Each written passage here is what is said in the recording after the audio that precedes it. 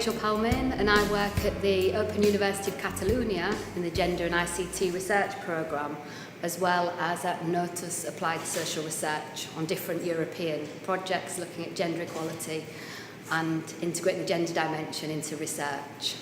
I'll speak a little bit about Spain, and then I'll speak as well about the European Union in general. So in Spain we've got a really good, well-developed legislative framework for effective equality between women and men.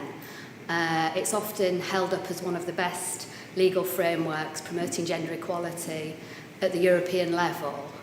And this has really pushed forward the gender equality within science institutions and higher education institutions.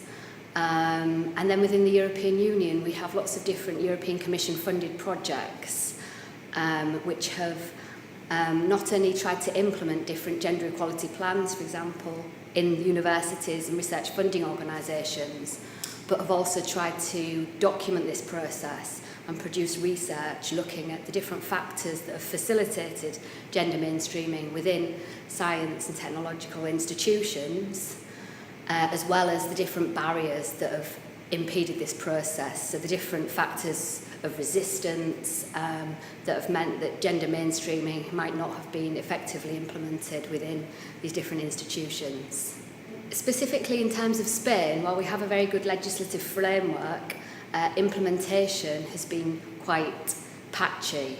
So while each university has to produce a gender equality plan, often the monitoring and evaluation of this plan might be lacking. So this has been one of the main challenges in Spain. And at the European level, I think as well, different researchers have documented different forms of resistance. So when people have tried to affect institutional transformation in research organisations and research funding organisations, often different forms of resistance, both explicit resistance and implicit resistance, have meant that these processes might not have effectively changed the institutional culture. In terms of the European level, we would hope that this process of trying to implement institutional transformation and the documentation of this, so the research that's been produced by the European Commission funded projects, we would hope that this would be able to identify some of the areas where future work needs to be concentrated.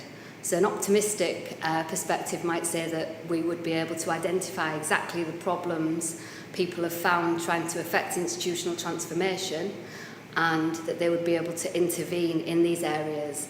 But as we know, for many, many years we've been trying to, different programmes and initiatives have been implemented, and the situation remains very, very difficult to tackle and change.